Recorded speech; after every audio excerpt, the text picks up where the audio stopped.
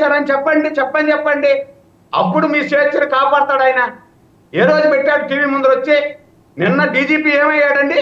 రాయేసినప్పుడు ఒక బాధ్యతాయుతమైనటువంటి డీజీపీగా ఉండి టీవీ ముందర వచ్చి చెప్పచ్చు కదా, మీడియా ముందర వచ్చి చెప్పచ్చు కదా, ఇలా జరిగిందని చెప్పి. పోలీస్ కమిషనర్ ఉన్నారు, ఆయన చెప్పారు కదా. మీరు డీజీపీ చెప్పాలంటే ఎట్లా అండి? మీరు అడిగారు కదా, డీజీపీ వచ్చి చెప్పాడు కదా. ప్రోటోకాల్స్ ఉంటాయి సార్.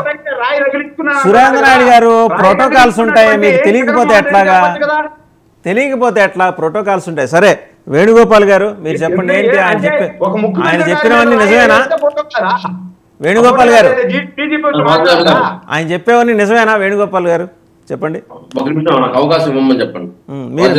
మీరే మాట్లాడండి. మీకు అదే విధంగా ప్యానెల్లో పాల్గొంటున్న వివిధ రాజకీయ పార్టీ నాయకులకి, విశ్లేషకులకి, 99 టీవీ ప్రేక్షకులందరికీ శుభోదయం, నా నమస్కారం. వాసుదేవన్ గారు ఈ చంద్రబాబు నాయుడు గారు కానీ, తెలుగుదేశం పార్టీ కానీ కాపులకి ఏమి న్యాయం చేసిందో గతంలో చూసాం.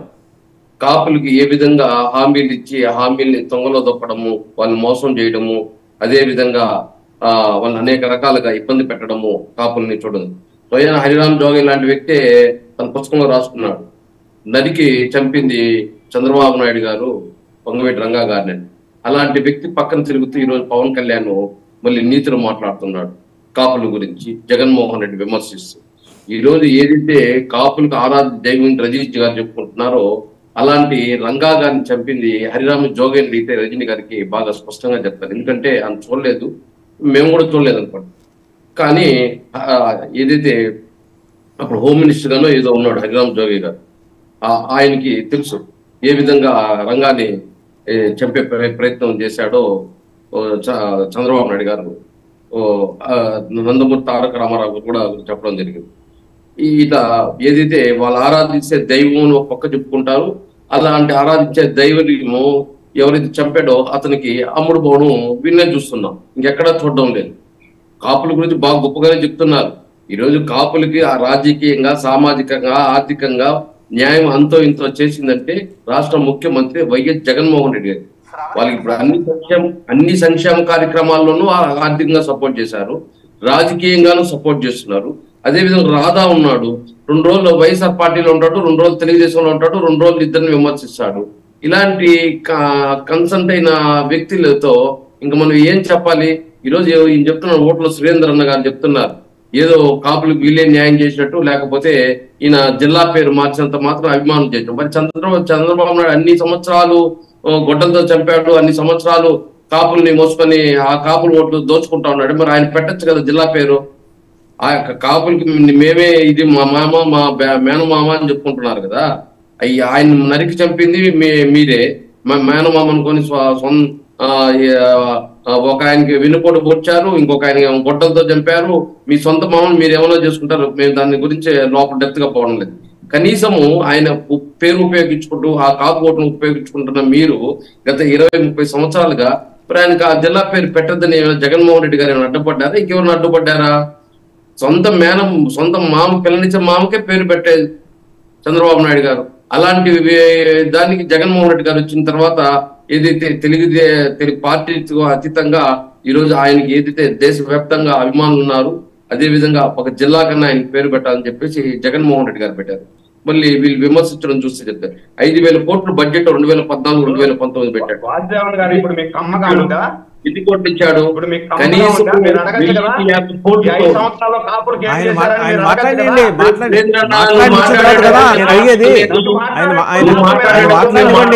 మీ మేనమామను పొడిపించుకునే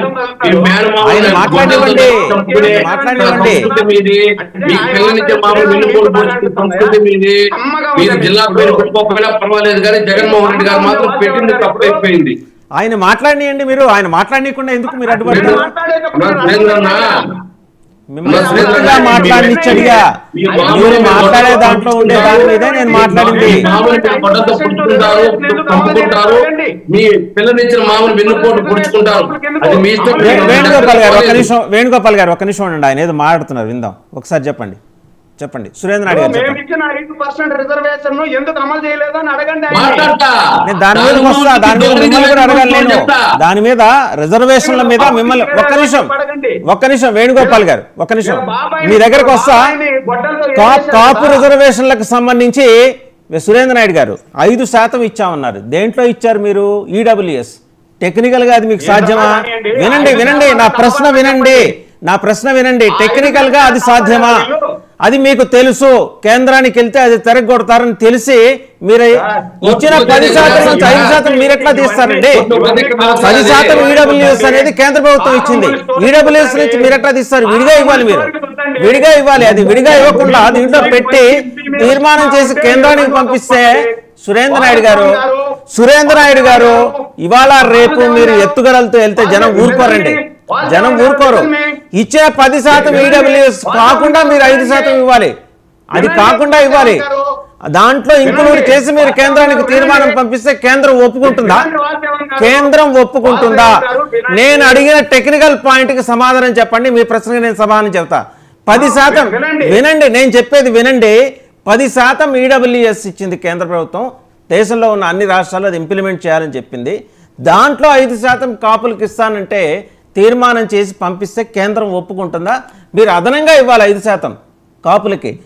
మీకు నిజంగా కాపులకు న్యాయం చేసే ఉద్దేశం ఉంటే మీరు అదనంగా 5% ఇవ్వాలని చెప్పి తీర్మానం చేసి పంపండి. దానికి ఆమోదం వచ్చుండేదేమో.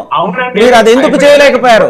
మీకు తెలుసు ఇది కేంద్రం వెనక్కి తిప్పి పంపిస్తున్నది తెలిసి మీరు తీర్మానం చేసి పంపించారు. అవునా కాదా?